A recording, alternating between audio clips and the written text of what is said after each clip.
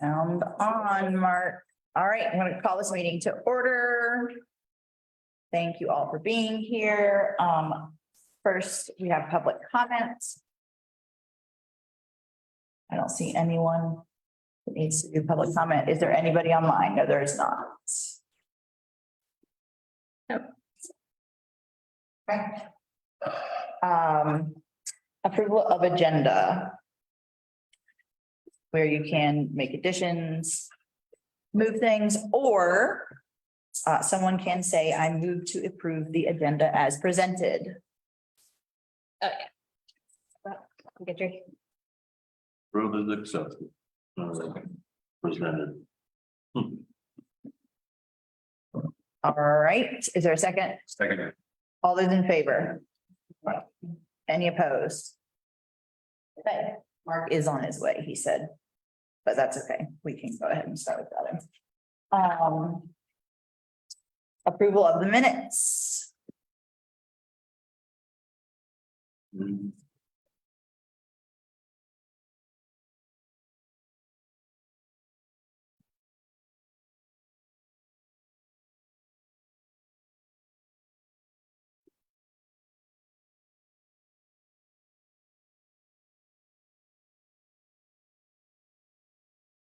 It looked great to me, but am I able to, I would remember. Am I able to do it even though I arrived after? Yeah, and if, yeah, Move to approve the minutes. okay. A second? Anyone? Second. All those in favor? Aye. Any opposed? Welcome, John Ryan. You just came to the good part.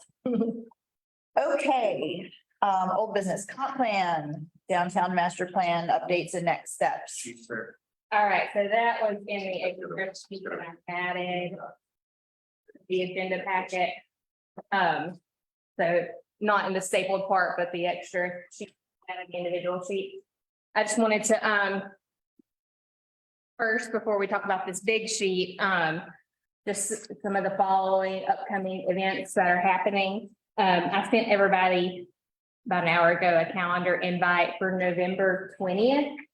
So that morning at 9:30, I believe it's 9:30 to 11, the consultants are going to have a roundtable where the downtown board will be able to meet and talk with the consultants. And this will be after the survey is done. And the consultants are going to be here all day with various meetings with different groups. And so please mark your calendars for that. Later that day on the 20th, it will be a public meeting, but it'll just be with council and the planning board. It's a policymaker workshop. And so that might be something to consider going, just to hear what they're discussing, if there's any interest there. Also on the 20th, there's an open house at the library. That will be just kind of a drop-in if you want to learn more about the initial results of the survey. Also coming up, so we were just talking about the different council conversations that have happened already this past month. And the next one coming up is another consultant-led council conversation. And so that we'll talk about Lindsay's in a few minutes, but it will be probably somewhat similar to that because the other ones haven't had the consultants there and this one will. And the main topic of that is housing. That's an important thing for downtown and just in general, all over. So that would be a good one to attend if you are able to that day. So that's next Monday. The other thing that I have on that sheet on the back side of it is just a general rundown of the phases of the comprehensive plan and downtown plan, just to kind of have an idea of the different timing for everything. So right now we're in phase 2, where the survey and public input and engagement has been happening. And then after that, the consultants will do some preliminary findings and give some feedback from different boards and committees. So we'll probably have another meeting with them in January, February or so. They don't have the date set for that. They'll kind of beginning idea for it, and then we can provide some feedback there. And then ideally it'll be adopted in the spring and summer of next year. And we will go from there. Is there anything else on that topic that you want? Everybody take the survey if you haven't done it. There's also a secondary, like Parks and Green Spaces survey that if you haven't done, Yeah, and I'll send a link out up for that. I didn't want to get all of that well, no, we in at this point. Yeah, but I'll fit, like, if you haven't taken the comprehensive plan survey, it ends November 14th, so please do that. I just was on a call earlier today that I believe they've had about 2,500 people who've taken at least some parts of the survey. They'd love to get closer to about 5,000, but it's hard to get people to do that. So now they're looking at the demographics of who has taken the survey and then trying to do some targeted to groups that may be less represented in it, just based off of the total population and race, age, income levels. And so then they'll be targeting different groups to make sure it's proportional to the population. And you don't have to be residents of the city to take it. yeah, they want visitors, they want people who live here half the year, they want everybody, and it does ask that, so they know like what your perception might be like. Yeah, so I'll send that link again and also the parks link, because that's also another important one for downtown. Because I think that there'll probably be some discussion in both of these plans about park space in or close to downtown that we'll want to have some more conversations about, or public space in general. And so then, So the November 20. It's at 9:30 a.m. yes, I know it's not during a normal meeting time. But, and it's Thanksgiving week also, but as many of you who could be as possible who could attend would be great. I mean, this is our chance during the planning phase to get in front of the the consultants. consultants, thank you. And then we will have another chance to like review things and give feedback on it, like Jamie said, but Better to get on the front end of it, Yeah. back end. yeah, and the downtown conversation with Lindsay, a bunch of you attended, which is awesome, but I also love that nobody talked. I think maybe Aaron said 1 or 2 sentences and that's it. But that we didn't know what it was like going in. They don't know who's going to show up going in. So it could have been like nobody and then a lot of us, and we could have done a lot of talking, but instead we got like raw feedback from the public. And I was kind of surprised at what they talked about. Some of the things were a little hard to swallow, like What they didn't talk about. and what they, yeah, and then like things that were hard to swallow were that we should know what empty spaces we have, and we should be talking to building owners, and we should be evaluating the inventory that we have in downtown and surrounding, and we should be like actively recruiting or putting the word out to fill those areas, which we do. And Jamie talks to building owners all the time. So it was like, you're not doing this. Well, yes, we are a lot, actually. So that was one of the things I was like, oh. I would add to that, though, that something that we've talked about, especially in our community character committee, is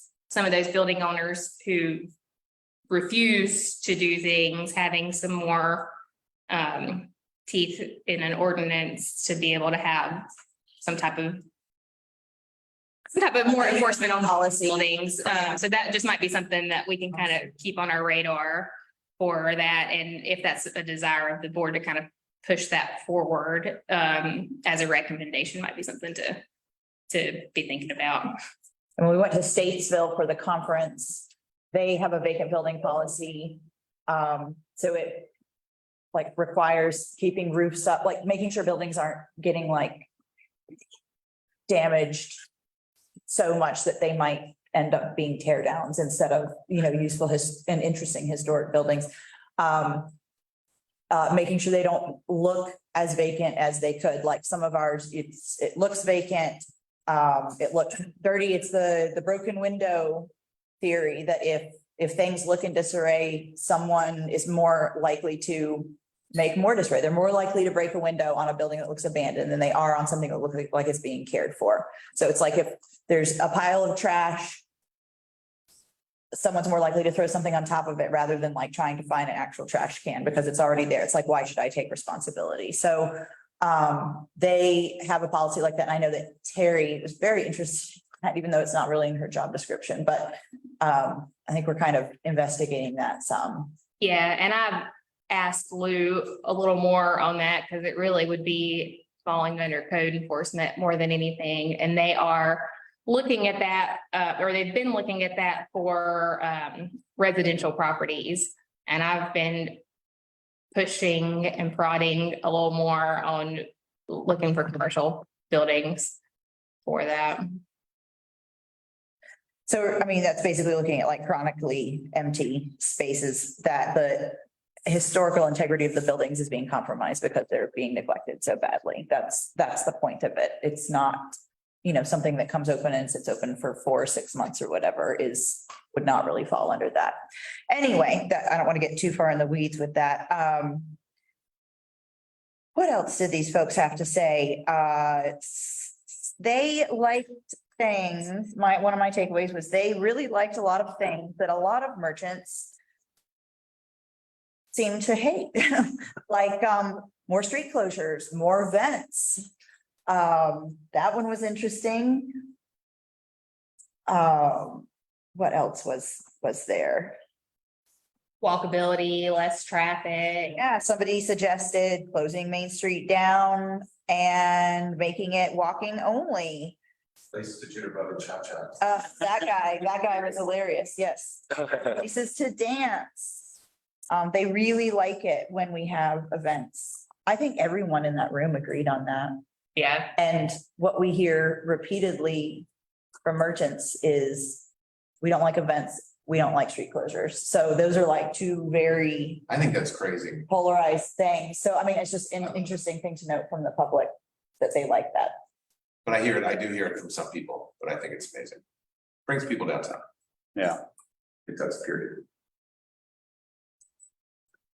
I think it adds to the portfolio that we present. Like if you look at downtown as a whole, like the space, the events, like if you were to do like literally a portfolio we offer all throughout the year and what things look like, then it's really nicely presented. And if you took away a lot of those events that include street closures, it would look like a much duller portfolio overall. So that is like what we are presenting to people when they first look at Hendersonville to come here to visit. But that's There was quite a pushback on that when we did that post-COVID. We had the Saturday, Sunday street closures.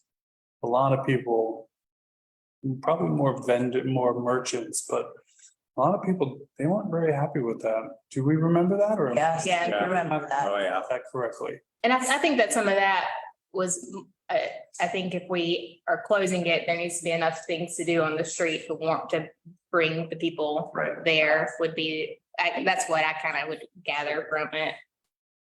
Didn't seem like people were taking advantage of it as often, as much as they should be. Yeah. And you're just a lot of parking spaces. Mhm. But to your point, if you had more things going on, then people would tend to. And again, that was 3 years ago. We have a parking garage now. There's other stuff. Well, and there were COVID pains in general, that it was just hard time for a lot of folks. Lots of people wanted activities for seniors and activities for youth, teens, and families and children. Anybody jump in here at any time? Lots of you came. So Sam was there. Hey, were you there? You were there. Yeah. John was there. Joe was there.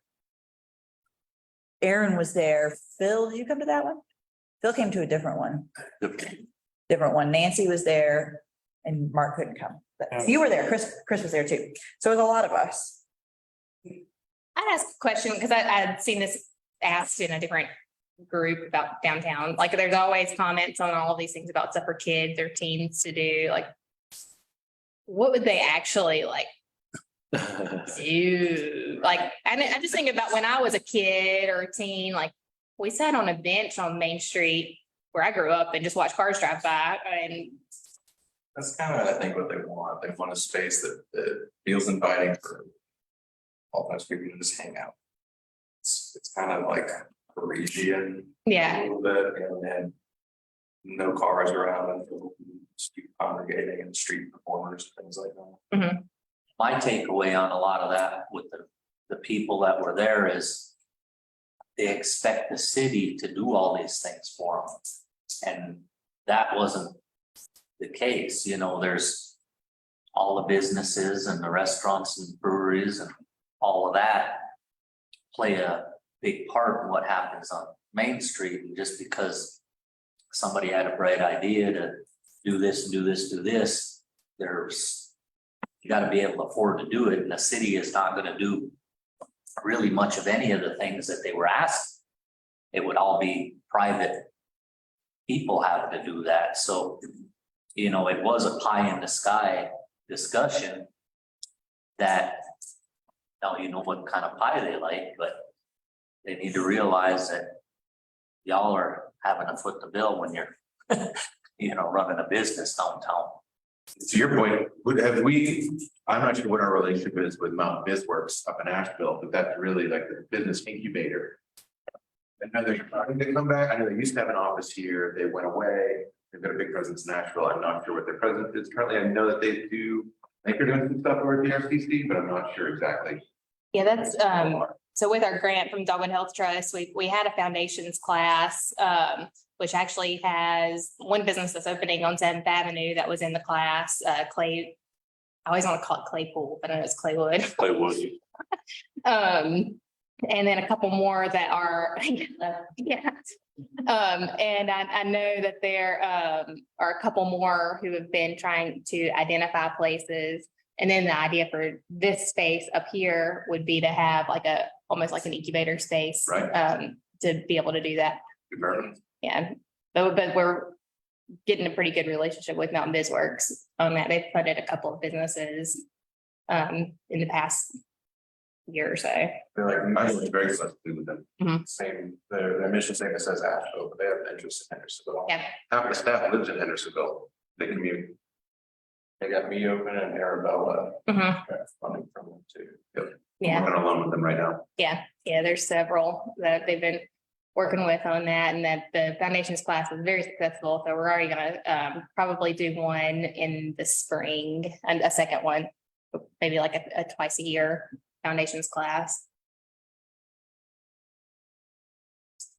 Go ahead, go. Does downtown Hendersonville, or you, not the board, I mean, you have a way to see businesses coming in or know does anybody approach you before they talk to a realtor or a building owner downtown?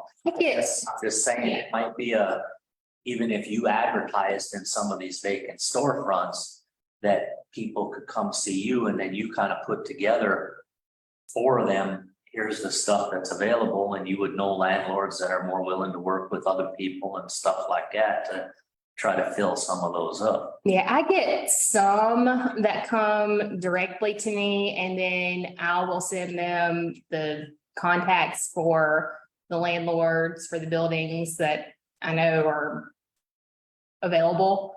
And then the problem, like, there's not any type of like business registration or anything like that. And so a lot of times I don't get them until after they're already open, and they don't even know to come to me until I see a sign on their door and figure out who it is and how to find them. But, you know, what the ideal situation is I would be able to talk with them before, because then I've got a whole checklist and everything, and like It's online. inspections, building inspections, sign permits, all this other stuff, because that's happened several times where businesses have opened and didn't know what they were doing, and then they spent a lot of money but they didn't ask the questions, and we didn't know until it was That's already in. what I'm saying. I think it would be important because we talk about all the stuff that goes on down there for them to know, and then for them to kind of figure out if that's gonna be a fit for them before they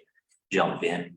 Yeah, Or if that is advertised somewhere to where you could then kind of help put people together to go there, because I mean, yeah, everybody calls a realtor or something, but that's kind of a whole different level of getting in a building rather than figuring out on the front end, is my business really gonna work downtown? yeah, and that's where I think continuing to start with the, like the foundations class that we had before, because then that's filtering people that I know I'm gonna meet because I'm going to the classes. And then that I know also have at least had some talk through and some consultation on a business plan. Cause some of them can know what they're doing and start right up, and then some of them, most of them probably that don't stay open haven't really, like, ones that just rent a place and don't really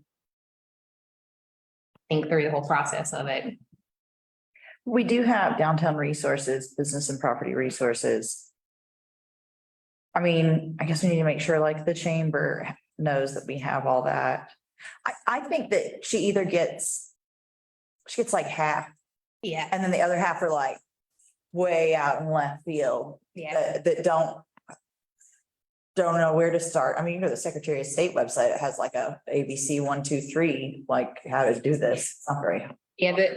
the chamber will send people to me, Blue Ridge or Ben with Small Business Center send people to me. I've sent our business startup list to Mountain BizWorks, so if they're doing any loans, that they have all of that. So it's just trying to make sure people know, but people who aren't looking at like the website and stuff like that, then it's kind of hard to get them on that. In most towns, the chamber is the first place people are gonna stop. If, you know, if they're not self-motivating and self-starting, then chambers are the, you know, kind of the first card to come out of Mhm. the, but I don't know how aggressive or proactive the chamber is. I don't, you know, it has no visibility. My vantage point, but I think it would be helpful if community development could, you know, get that flag sticking up there a little higher so people would recognize a resource when looking at, you know, the city's website, or, I mean, all those initial steps, even the, what do I do? You know, Yeah. people, Yeah. you know, would find it. Yeah, and I think I'm looking forward to whenever, in about a year, when the planning department and us will all be on one floor. Because they get a lot of people that come in and get the notification on that. But when we're all there on one floor, it will be a lot easier for them to send people over to me. And now, right now, the water bill is being collected on the third floor right by our door. So that's even had some new visibility. Had some strange interaction, but some new visibility too. So with all of this, there was a lot of like low hanging fruit stuff that we already have in the works. We've already been talking about, and it was like confirmation that we needed to go ahead and move on some of those things and continue those things, because they probably don't even need to be in the comp plan. We just need to continue pursuing them. I think the downtown business resource page, it's good. I think that there's a little wording like opening a business, give us a call. That's in a graphic, but it's not on the page. I don't want to get into these nitty gritty things either, but like you opening a business Hendersonville, and that should come up, but it probably won't because it's in a graphic and it's not keywords. Also, like if your first thing on all of these like downtown resources is call us or email us instead of like download this, like, because we want to hear from them. Like, I don't care if we hear from them before they download the new business guide, which the new business guide is awesome that Jamie made. If you haven't looked at it in a long time or ever look at it, it's great. All of the resources here are good, but I think maybe some of the like the first impression things need a little zhuzhing, but that's hard to do when you're sitting inside it rather than looking from outside. So that, and then also Jamie's been working on the graphics to go on vacant buildings. Started that, got some printed, got some up. They're okay. I think they started to fall. They don't really look very good now. Ones that are gonna fill up the rest of the windows. We just need to get stronger tape. Yes. So it's like, this is not just a vacant building. This is an opportunity and then having like maps and downtown event listings. So that will clean up a lot of those things if we can get them into any buildings we can. Also, like thinking of starting a business in Hendersonville or want to start a business here or want to start a business in any empty building here, call us. So that will be great for that. It did seem like the public thought that the city controlled that, like it's the city's fault that there are vacant buildings. I wish. Like, because we don't control what people do with their own personal property. So that was an interesting one, but I mean, that's across the board. Like you see it online all the time. There was somebody that had a complaint about trying to lease a space and they couldn't get the owner to respond at all. I don't remember that, but I'm not I'm surprised. not surprised either. Do I, we have an inventory that's current of yes, what's available? yes. But if the person who owns it or is responsible for it won't respond or respond timely, Yeah. I don't know. Yeah, and it seems like there's, That. yeah, and it seems like, and I don't know if it's probably a little bit of both of expectations of potential tenants on what they're expecting to pay and expectations of the property owners on what they're expecting to get and the state of the building. Those three things. In that conversation between the potential tenants and the landlord, does the city have any kind of voice one way? Like, can we say like, if it leaves vacant, we're gonna do this, or can we say, if you find a tenant, we'll give you that? Is there anything like? We don't, I'm not opposed to, I mean, we do have the only thing that we have as far as funding is our preservation grants, which can be a small, carrot of doing something, but we, as far as like with the property owners, like some towns do like figure out ways to like subsidize rent and things like that, but it doesn't seem like that's been something that's been a desire of doing that. Because I mean, it would be like there's different things that other places have done, if that's something that we'd want to do. There are also places that have like 70% of their buildings sitting empty or disintegrating in front of everyone's eyes. They're not in the condition that our downtown's in. It was Shannon recently. This being a property rights state, most communities assume that there's nothing they can do in that regard. We've had this conversation already by going through the compliance division and then, creating new maintenance and, requirements that have to be maintained to be in good standing. If you're not, then fines, blah, blah, blah, leading to condemning or, Motivation to not leave it. Yeah, and if they leave it, that's a challenge to get all of that uphill and cleared through the bureaucracy of it, but that's where we need to be. I think we should continue to pursue the vacant policy.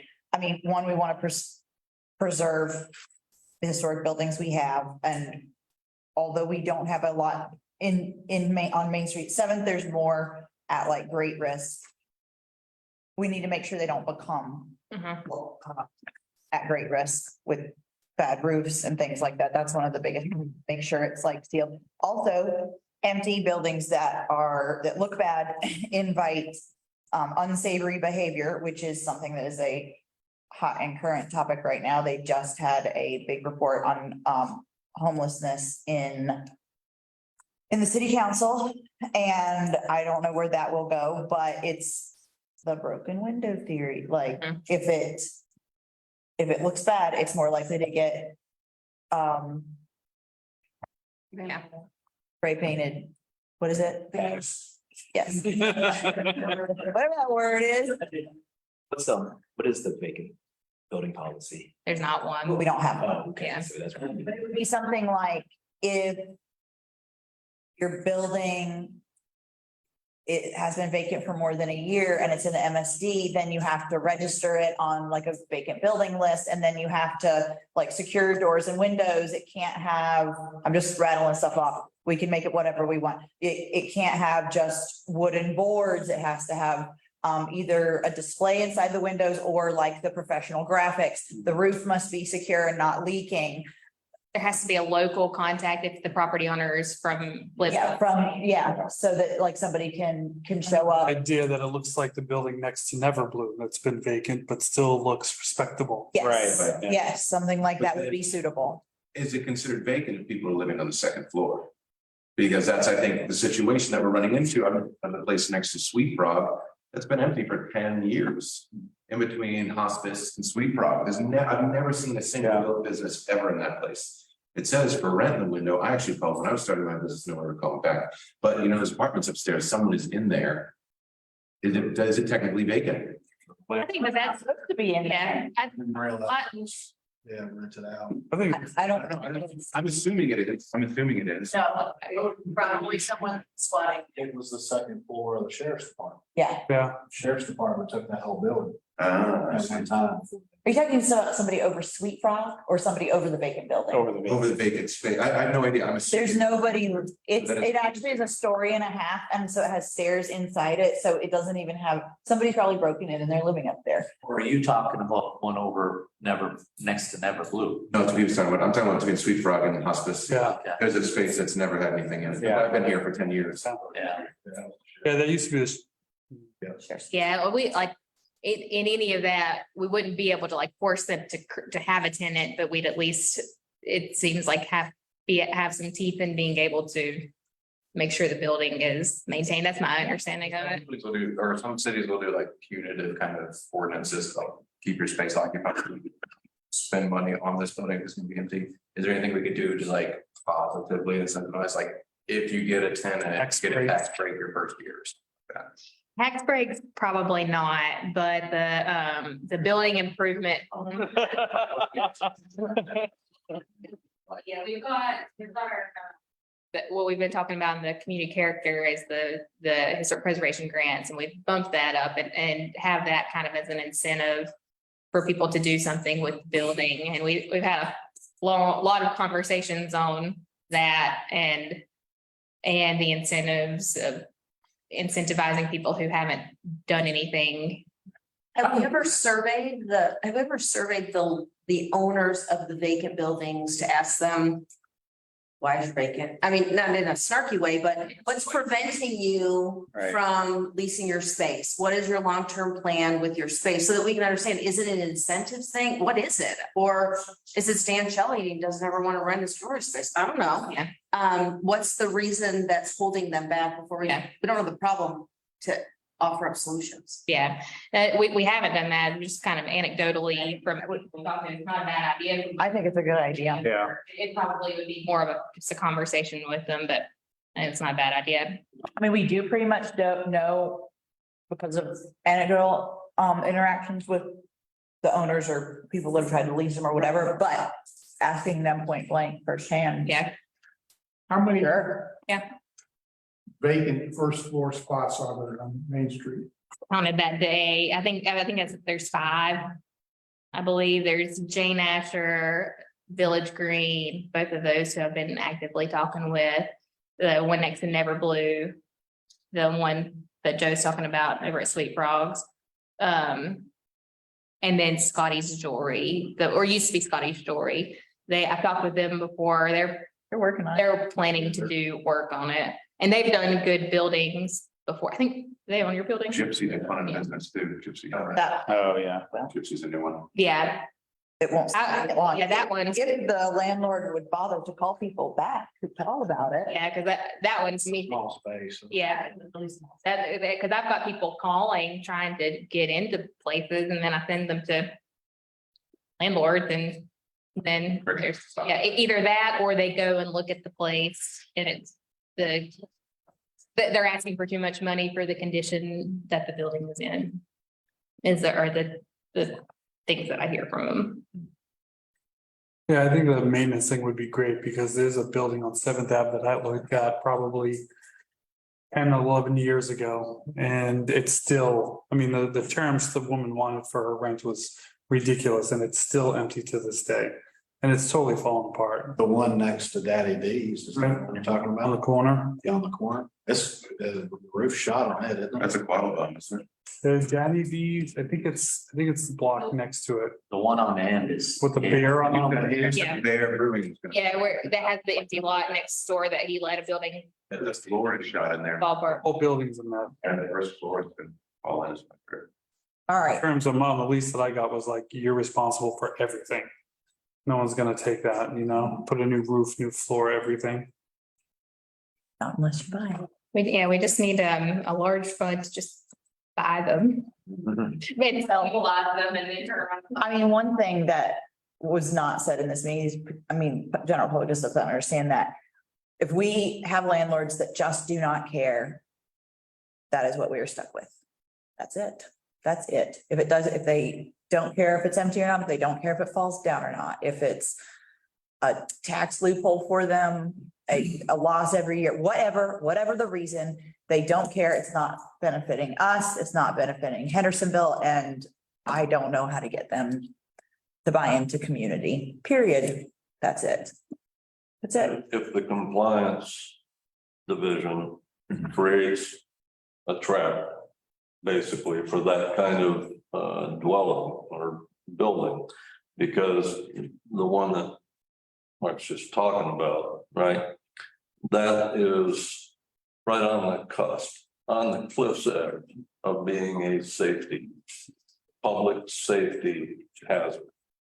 People are gonna break in, they're gonna hurt themselves. Well, if they can break in, they can hurt Already broke. themselves. The doors aren't stable. Hell, the walls on the building itself Could fall, yeah. parts of it fall off from time to time. So in that sense, the city has to have the mechanism to move in and say, all right, tear it down Or, or lose the property. I mean, Some of those people do have a long history with the city. From years and years ago, probably before a lot of y'all were even here. And I know things didn't go real good and there was, the city didn't always be as open and want to be business friendly and stuff as it's trying to be right now. And I think some of that still stems from back in those days on some of these properties that are owned by some of the old timers. some people just can't move on and let things go. Okay, so continue investigating. Let's hear back maybe January on that or something. Yeah, and I meet, I mean, this is pretty, meeting with Lou monthly and I bring this up. well, after we've had this conversation, Right. Yeah, and so including the graphics, other things. So that's empty buildings. and if everyone can just take a look on the website when you're on your spare time and let me know feedback as an outsider to look at, like you just said, that would be helpful as well. Yeah. Are there any of these buildings that would perhaps benefit from a facade proposal? A what if drawing that we would. Greensboro won't do those for us.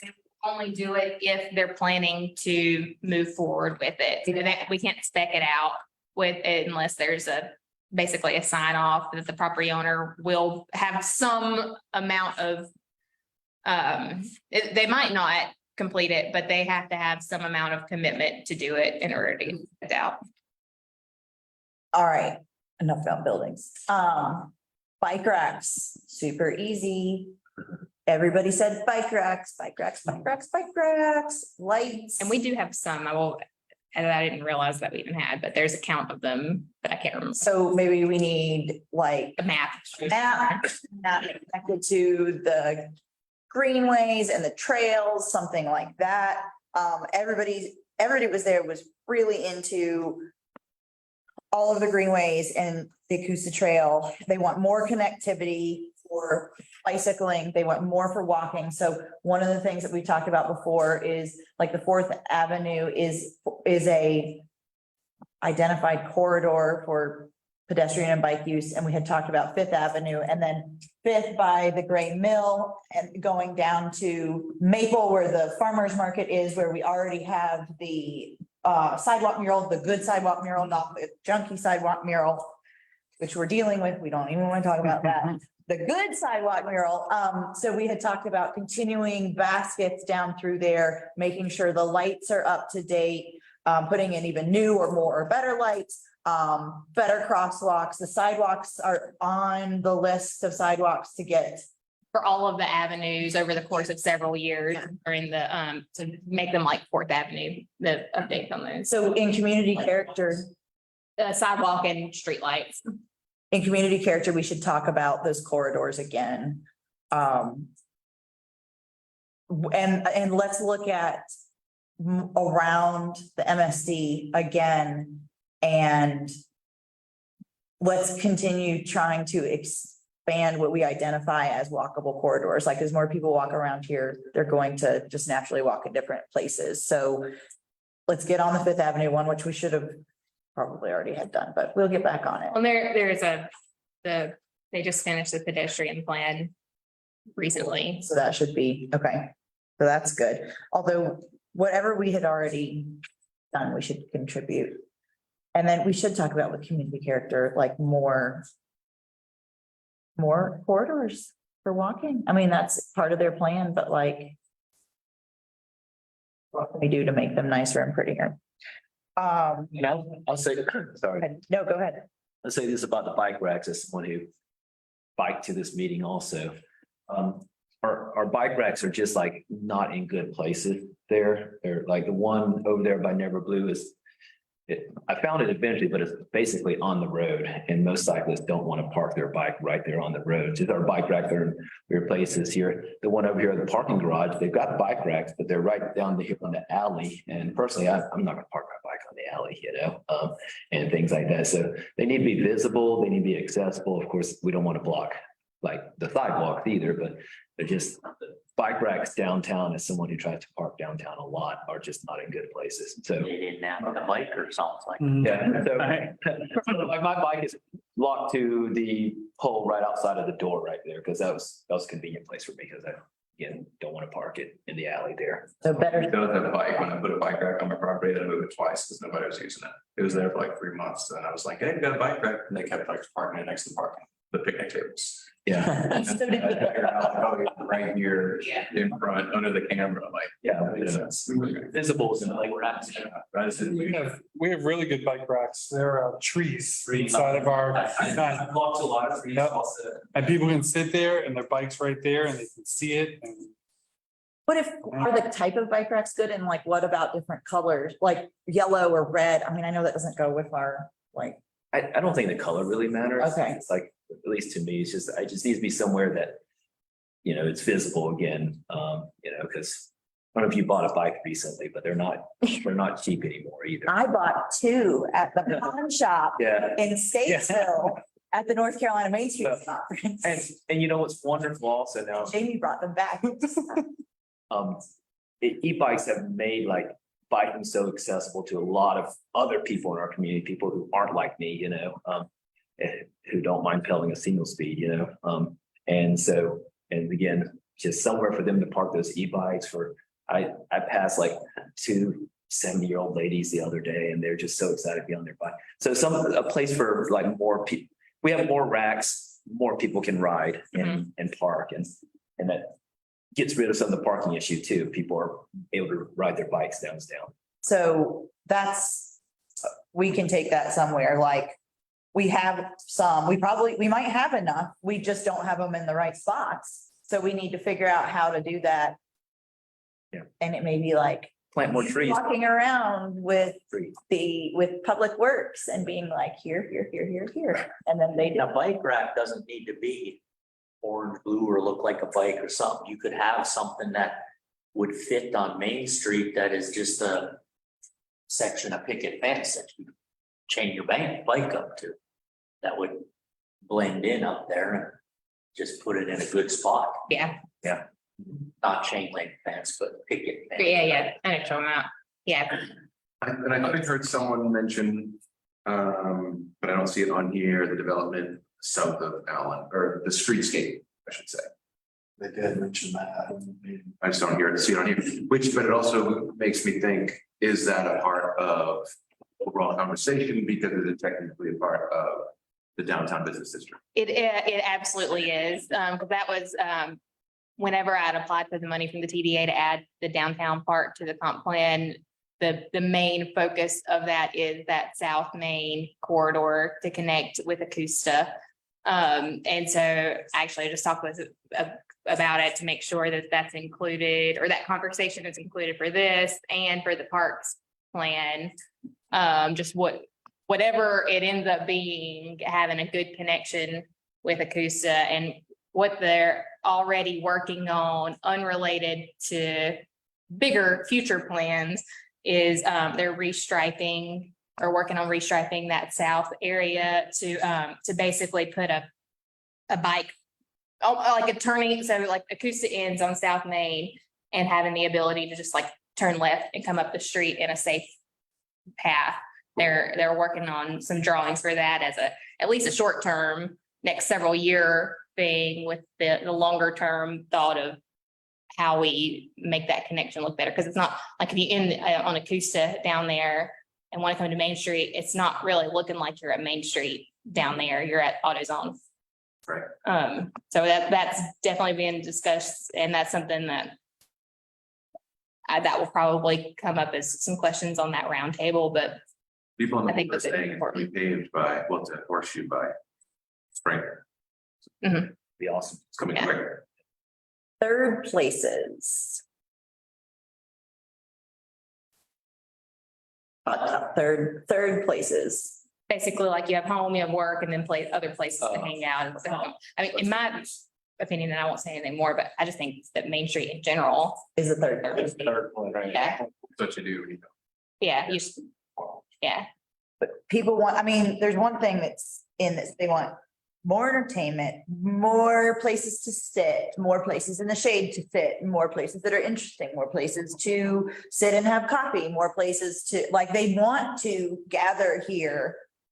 And I think it's lovely, but what can we do to do more? Another thing, longer business hours in downtown in the evenings and more entertainment options.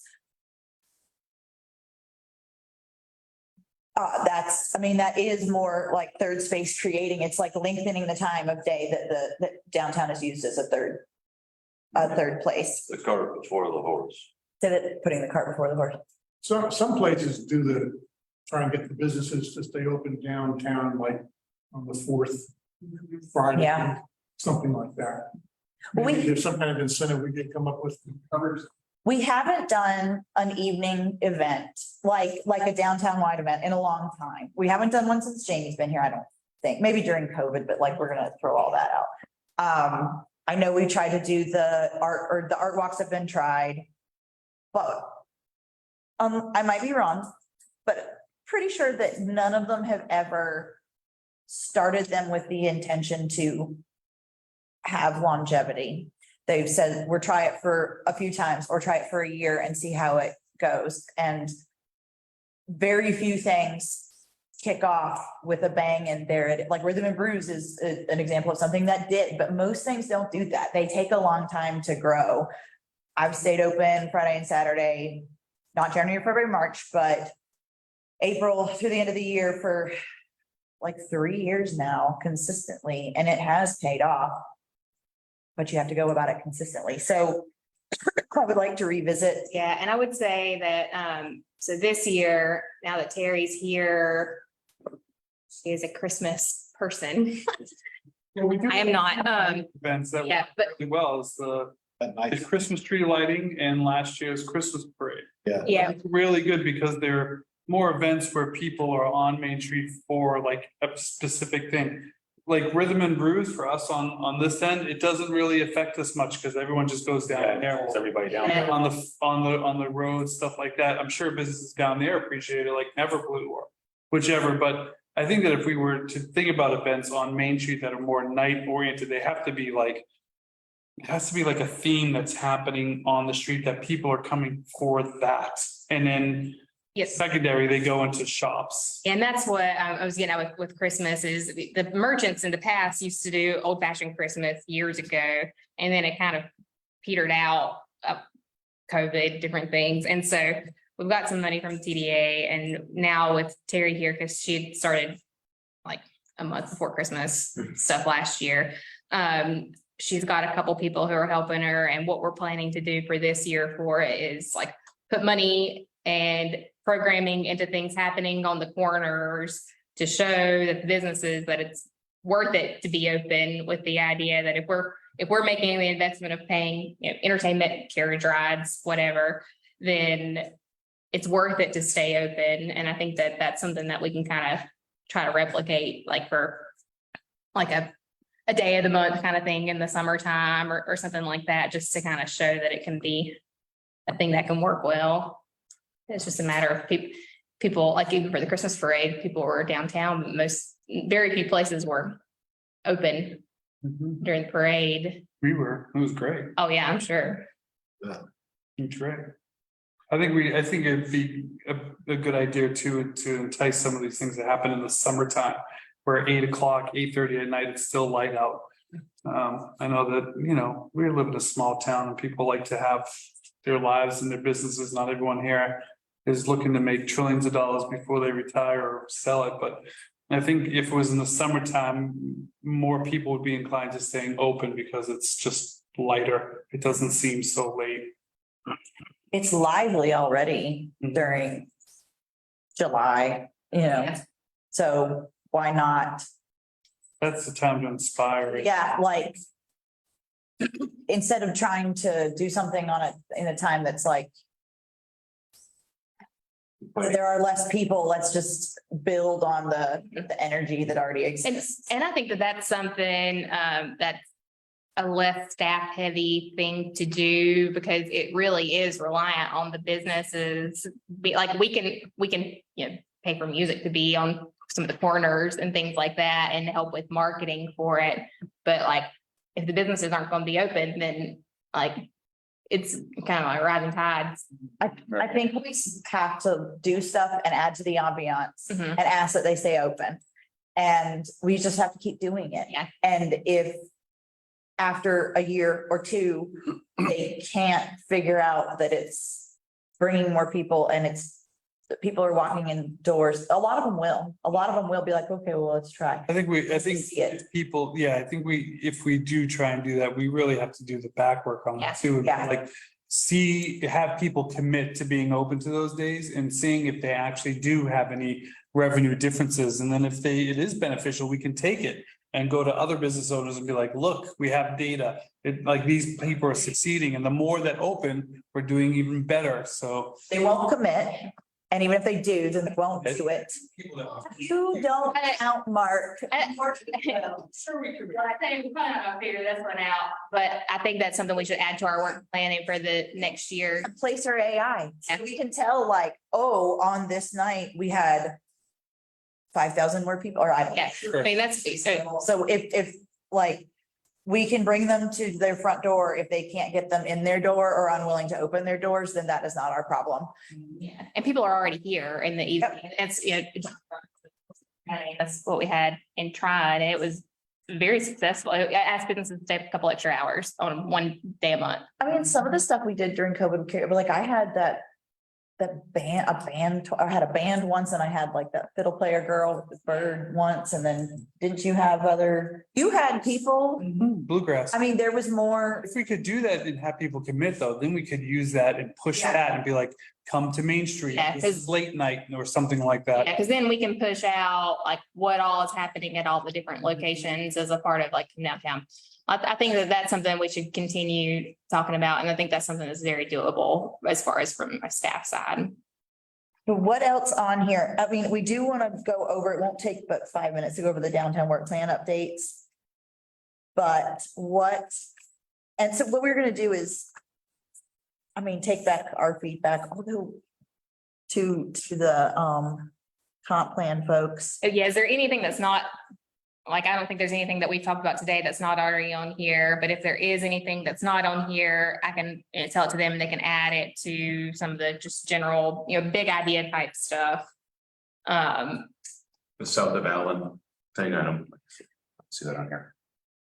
But I'm pretty sure it was meant to brought up. Continue on the serpentine. One of the things that I wasn't excited to hear in that meeting was the social districts. You were not excited. Personally, I Okay. wasn't. Yeah, I think, my children are grown. But that was one of the things that we loved about Hendersonville was that we could go downtown and not have problems and issues and weird questions about why is this going on or that going on. What are we considering as a social So district? you can drink on the street. Oh, gotcha. That was one thing I wasn't excited to hear about in that overall meeting. There's not really. You can go to plenty of places like that. Mhm. Would you be more open if it was allowed on like during. Art on Main or Oktoberfest, like a Sure. specific events, rather than just having drinking open on Main Street at all times? Other than the regular. Yeah. Yeah, I love Rhythm and Bruce. It's great. Yeah. Absolutely. I mean, that was the Show, walk down, have a glass of wine, look at antiques up and down Main. only that one person brought that up, but people were like, yeah, if they even knew about social districts.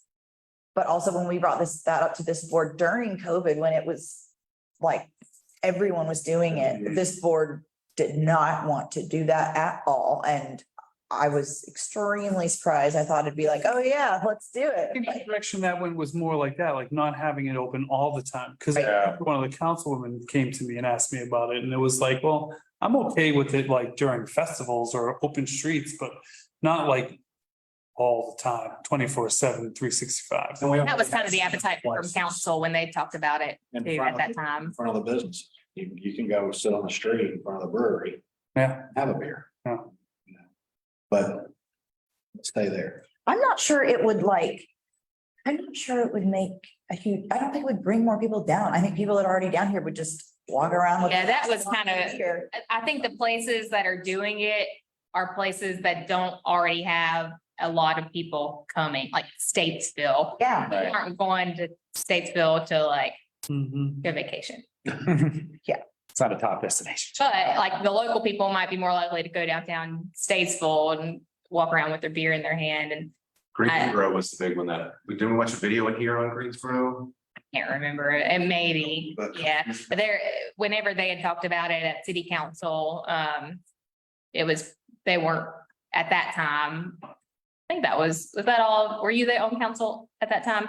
Yeah, there wasn't an appetite to move that forward. We kind of put it on the back burner. Yeah. It was odd times. Mhm. It would be interesting to try it at least during like the festivals. I mean, because for some of them.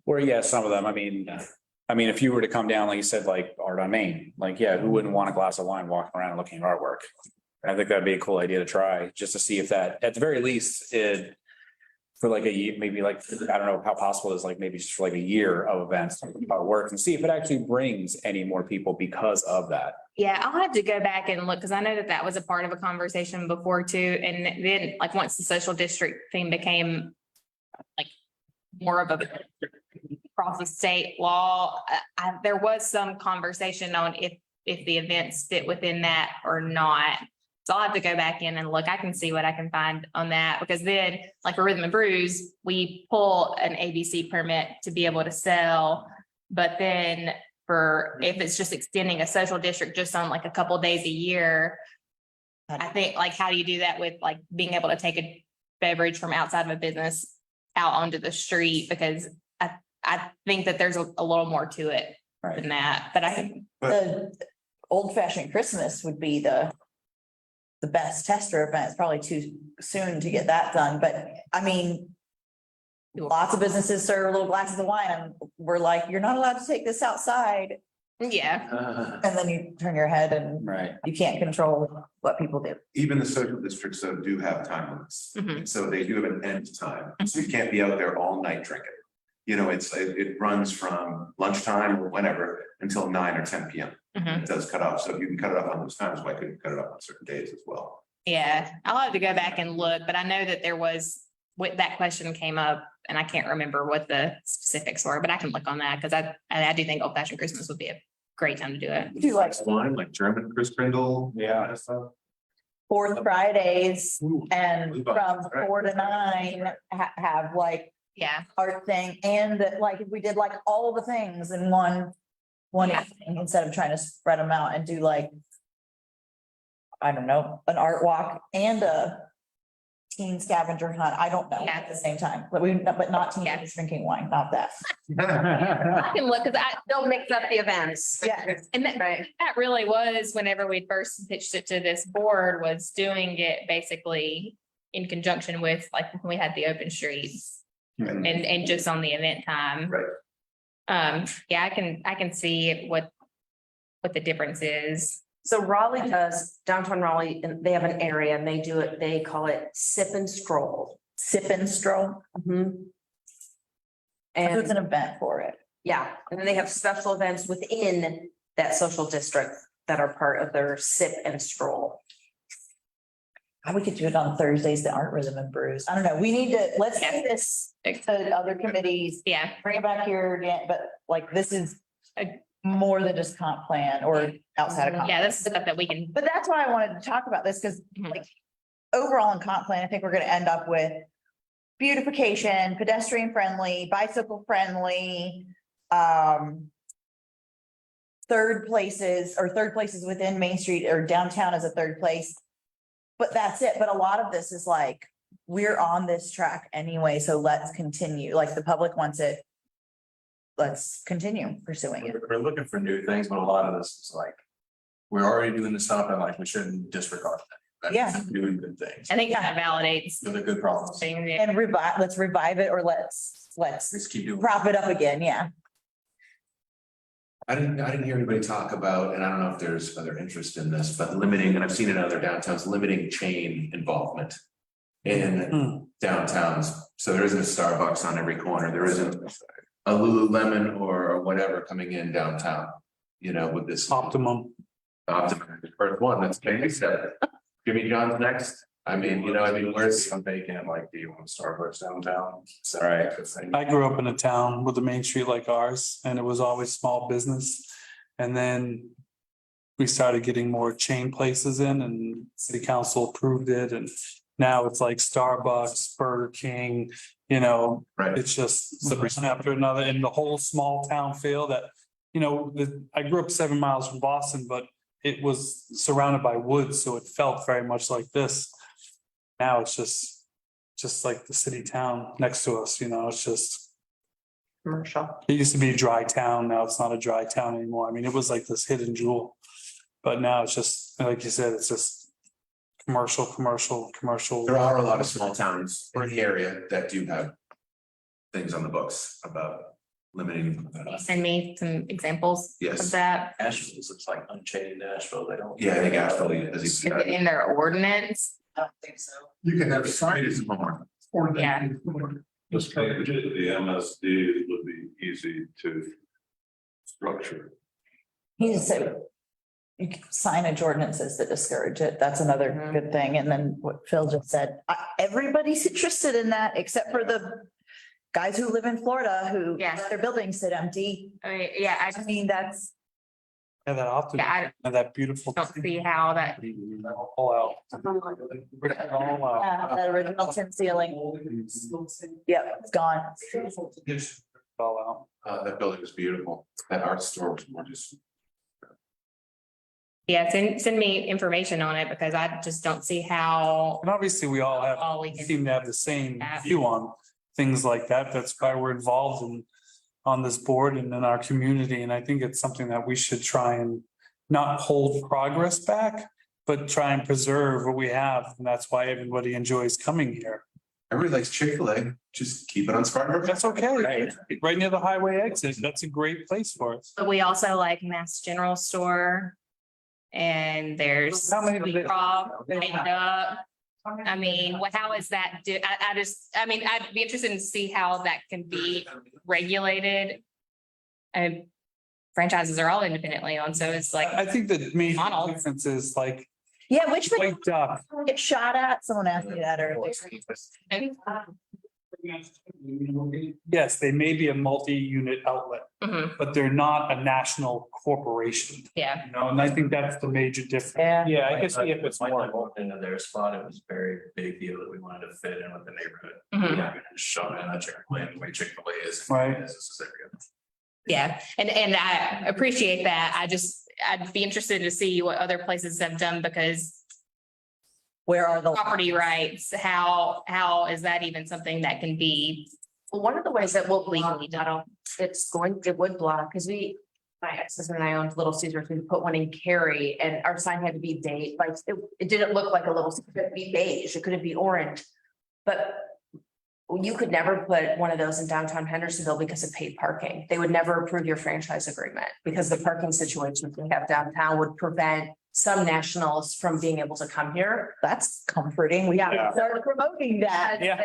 There's no way they would let you put something where all of your parking was paid. How big is Marcos? You know, compared to, since you were in that. Oh, street? small, much Smaller, much smaller. right? Yeah, but you know, so like a Starbucks wouldn't probably. They would have a hard time getting, I don't know what their franchise agreement is, but they would have a very difficult time getting a franchise approved to come into Hendersonville because of our parking. Yeah. And they do it by number of cars that drive, by. Like most of those places, it's cars. Dunkin' Donuts is very much like, And we would, they'd have to be outside of the downtown because there's, right, they have no, you couldn't put a parking lot in. right, All of your parking is paid. You could never put a drive-through in downtown. There's not enough driving traffic. There's too much foot traffic to driving traffic ratio. So it is, I think, an outcome we didn't probably plan on when we moved to paid parking. It'll prevent a lot of them from being. It's a great promotion. Pay for parking, keep the chains out. Yeah, There you go. yeah, if you got anything on that, I'd be interested in looking at it. That's those kind of things, Yeah. right? Which I don't understand why, that's a whole nother conversation, like why an Optimum would even want to be on Main Street. yeah, There they go. There they are. They can be there. Papa John's. They can be there if they want. Right. That would work. It just brings more people and if they stroll up Main Street, they're gonna stroll up, not Papa John's people, of course. Mhm. And I think it's interesting if you looked at the frame, not to go down a weird rabbit hole here, but the people who come here and are strolling downtown, they don't want Papa John's pizza. They want West First. exactly, Yeah. right? So the people that end up shopping or like frequenting those are locals. I mean, I get Papa John's fairly frequently because it's the cheapest place to get lunch. Yeah. Gotta keep it that way, keep those local shops. Well, I think those are, that and the events are two things, and the vacant buildings are three things that seem like priorities as we were planning for future work plan items. I have to excuse myself. Fine. All right, do we want to move on to work plan updates? And if anybody gets any big epiphanies in the middle of the night when they can't sleep, email them, please. Yes, please. Or text me. Jamie, I just emailed through the Raleigh Sippin. Okay, great. You can see their whole page and all that they do. It's pretty nifty. Nice. So work plan updates, that's in the agenda packet, the stapled one. I included also, because this is gonna go out to businesses probably like this week.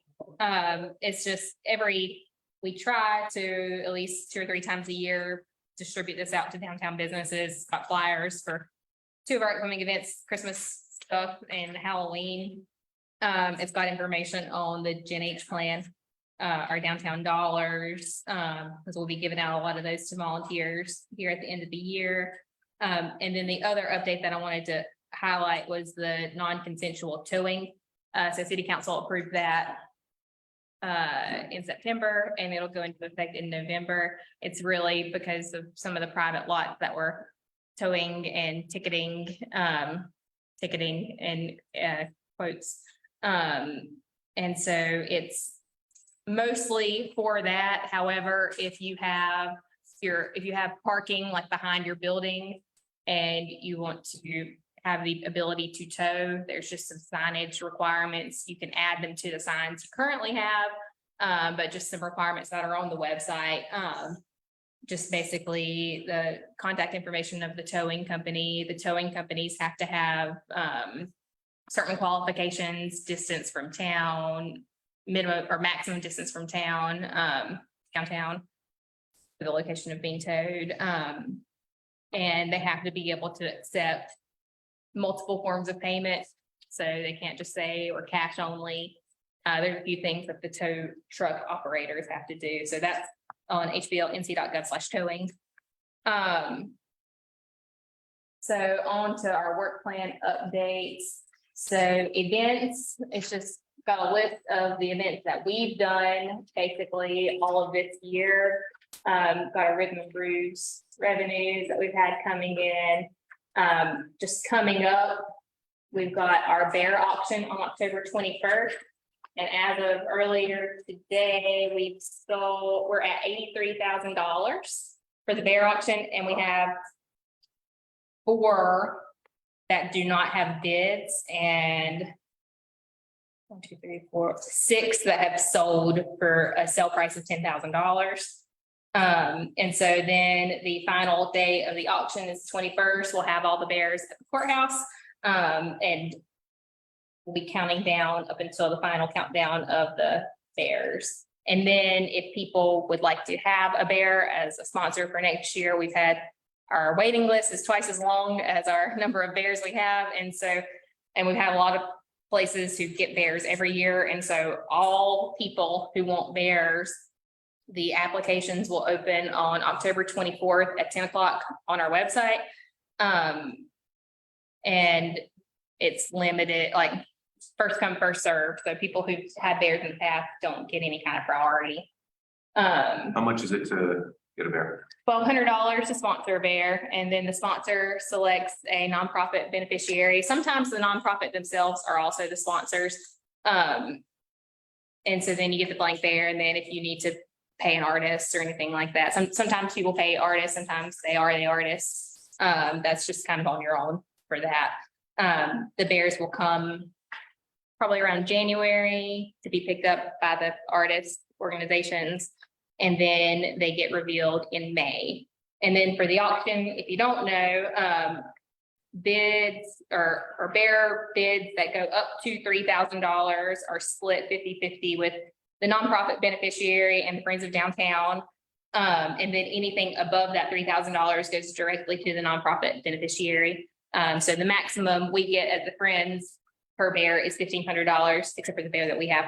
And then everything else goes to the nonprofits. So what was the date on that again? October 21st is the auction. October 24th is when the application opens up. And we've got that online, and But there's a waiting list, so. So everyone will have equal opportunity to submit an application.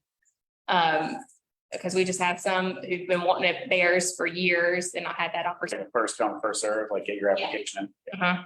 And we have had a few bears who have had multiple nonprofits, like just for example, Safe Light has 2 bears that they're beneficiaries of this year. And we're going to have it be what nonprofits cannot be beneficiaries of multiple bears.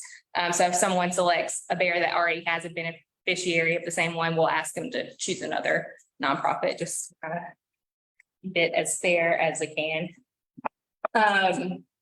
Also coming up on October 31st is Treat Street. That's become bigger and bigger every year with Parks and Rec. Henderson County Parks and Rec have done a lot of work for that. We do the costume contest at the courthouse. And then Ingles helps, they donate candy that we give out to businesses to give out. The tree lighting, or we've got 2 holiday farmers markets on November 18th, a Thanksgiving market, December 2nd, Christmas market. Those are from 9 to 1 on Maple Street. The farmers market goes through the end of October, the regular season. Tree lighting, November 24th. Old Fashioned Christmas, we've already talked about today, December 1st in the evening, December 2nd. And then December 16th is the Holly Jolly train rides, a little jazz to it. And that's on a Saturday. All of those holiday events are supported from a grant from TDA. On to the Economic Vitality Committee. We initially had the downtown employee meetup for August 27th. And we weren't able to really get folks to sign up for it. So I'd like to reschedule that. Part of that is a little bit on me. So we need to reschedule a time to do that again, because the first one was helpful and good. The next thing is our opportunity fund that's been funded by Dogwood Health Trust. That's with Mountain Bizworks, so we were talking about before. That's actually the second page in the flyer here. We've got like Blue Ridge Community College and the Small Business Center have a lot of free classes that we want businesses to know about. And direct them to Mountain Bizworks for one-on-one and loan opportunities. And then a part of that grant is also a partnership with Black Wall Street out of Asheville to do networking and business growth for particularly minority-owned businesses. And so we've had a few breakfast, lunch events, and we're getting them on a consistent schedule now of the 3rd Wednesday of each month. From 11:30 to 1 at the main event. So the next one is October 18th. Anyone is welcome to come to that. We do have a link online for RSVPs just for counts for food, but there's no cost to it.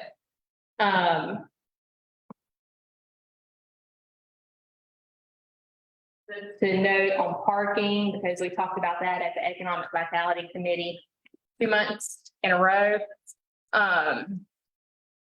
So we talked some about off-season holiday, or not holiday, slow season, if there was any discussion on if we should or should not make any recommendations as far as parking goes.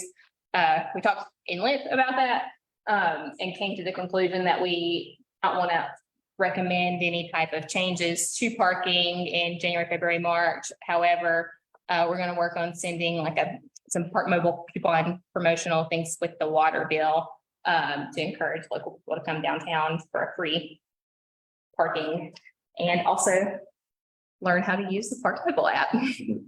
If they do not know.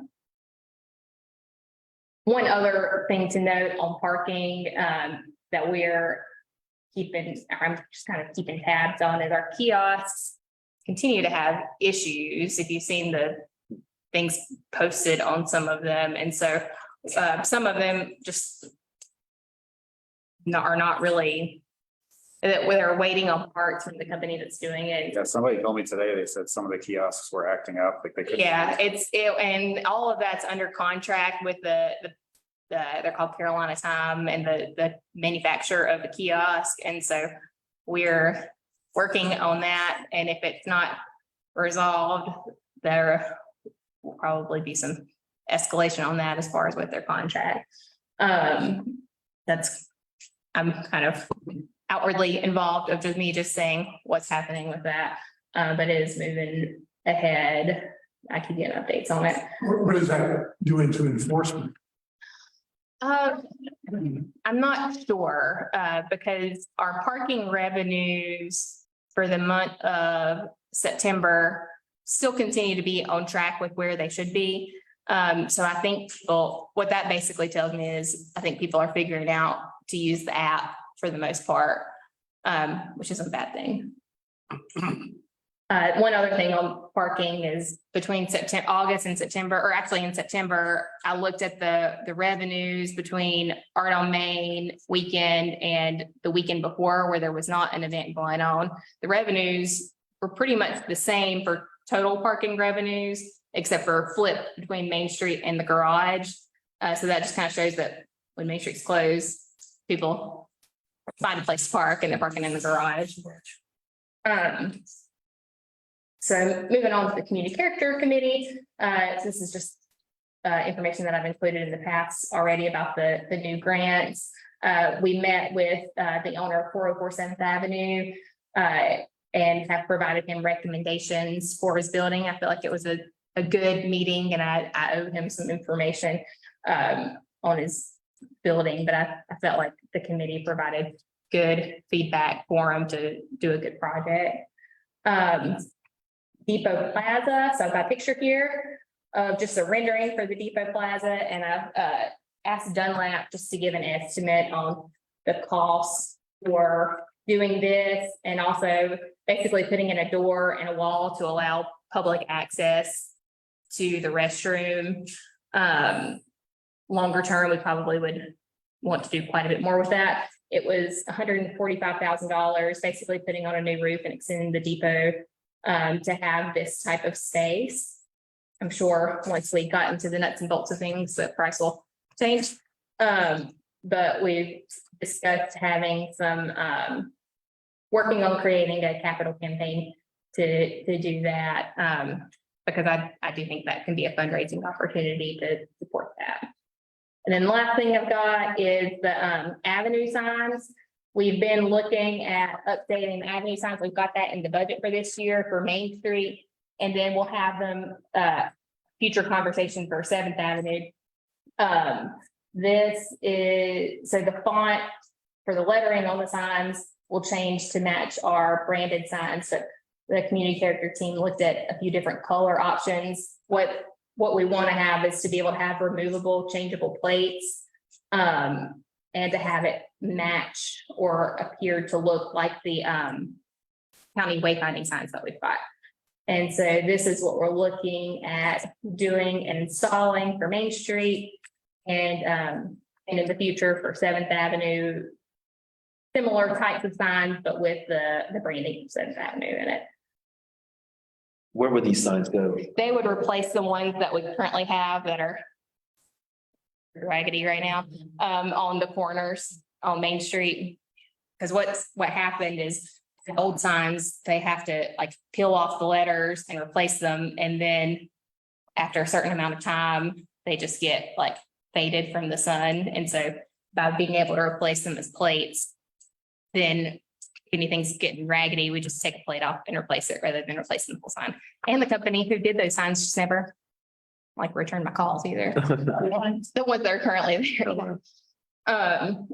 So that is, we were talking about the vacant windows. I'm gonna add some more tomorrow.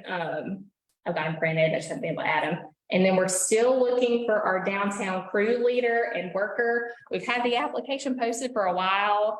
It interviewed several good ones this summer. And then for one reason or another, they